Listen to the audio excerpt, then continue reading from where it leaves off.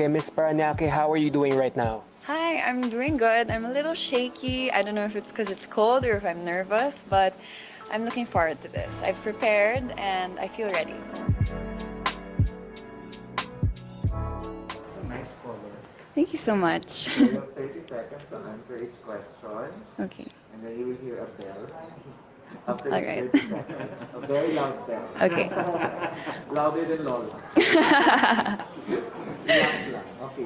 Tell us something about yourself. Hi, my name is Isabella Rojas Ismael, but you may call me Bella as everybody else does. You may know me as a ballerina. I am also a psychology major and I'm very passionate about mental health. But I would say I'm also somebody who burns with a fire inside. And I think this is not expected of me because I look very calm and collected all the time. I look shy sometimes. And I say that because I'm somebody who just burns with her own fire and I'd say that's my strength.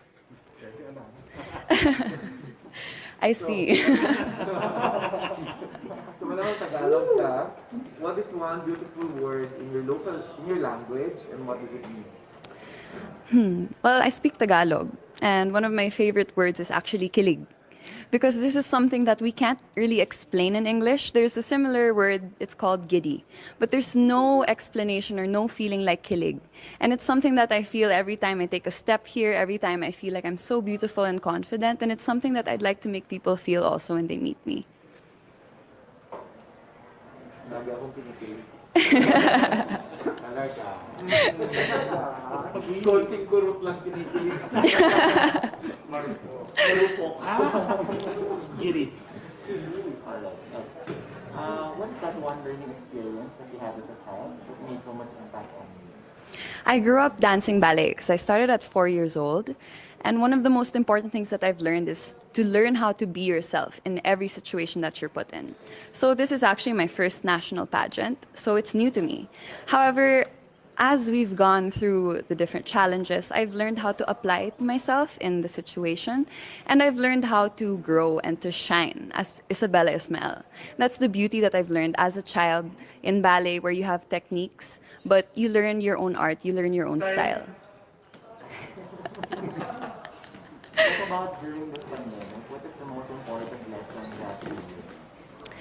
During the pandemic, admittedly, of course, it wasn't easy for any of us. However, I was able to actually connect with myself. And as a beauty queen, you would expect somebody to be confident, to know exactly who she is, but it's not always the case.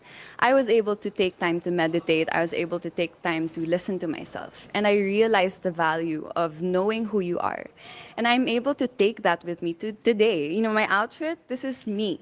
It's pink, it's floral, it's ballet-ish, but you know, I feel very confident as myself, and I'm proud of that.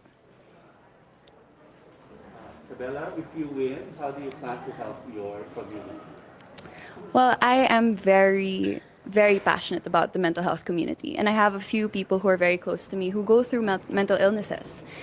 One of the things that I've learned is that it's not just those who suffer with the sickness who have a hard time, but it's also their families. And I would love to partner up with an organization and probably create a program or maybe support groups, not just for the person who's sick, but for their families, how they can cope, how they can help each other out, and how they can take care of themselves as well, because it's not easy, and we need to help each other out. What color do you think symbolizes the phenomenal woman? I would say blue. Blue, I know to be royal blue. I would say it's something that is so strong. It comes out confident and strong. However, it's also very warm, it's inviting, and it's something that you can trust. That's how I see the color blue. And a phenomenal woman is somebody who's confident in herself, is somebody who is calm, but is also somebody that you can trust to represent you, to tell your story. And that's why if I were to be the phenomenal woman, I would wear blue in everything. Working from home is now part of the new norm. So what do you think are the skills needed in this so-called workplace of the future? Actually, I would say it's knowing how to rest and to take breaks. Working from home, we have less boundaries. We have the bedroom and then the workplace, and that's difficult. This is something that we can take even after the pandemic, even when we can go back to the normal life. We can take the learning of learning how to rest, knowing when to listen to your body, knowing when it's time for a break. because this will help us do better, this will help us develop, and this will help us understand ourselves even more. If there's one spot or one place, whether man-made or natural, that you want to promote in Parañaque, what would that be? In Parañaque, there's this place called the El Pipichea, and it's actually a bird sanctuary, and there are a lot of mangroves there too. It's very good for the environment, and I would love to promote that because I think it's very underrated, especially in Parañaque City. We're more focused on the modern side, but I think I would like to take everybody back to the traditional Parañaque, to the natural Parañaque. That's something that I would definitely talk about more, something that I would even visit, and right now it's being worked on, so hopefully when that's done, I can do more work there. You know there's a campaign now to hashtag Love Local. Yes. So I'd like to know what local products you want to promote and why. I would love to promote the binca. It's a food from Parañaque. It's a rice dessert, and it's one of the best rice desserts I've ever tried. And you know, I'm Filipina. I was born and raised in Parañaque, but I just tried it earlier this year. It was something revolutionary, and I think a lot of people should try it out because not only is it, you know, it's delicious, but it's also full of culture. You can see the hard work that's put into it. You can see the Filipino culture that's in it, and I think that's something that we should be proud of, especially me as a Parañaqueña. Well, one last question for you is, what is that one thing you think that young people should focus on? I would say young people should focus on their mental health. I'm very happy to see that it's something that is becoming more popular. It's a trend. However, when the trend fades, I would love for them to continue on with taking care of their mental health. It's something that I do every day, and I'm not perfect. Nobody is. And I would love for the younger ones to know that.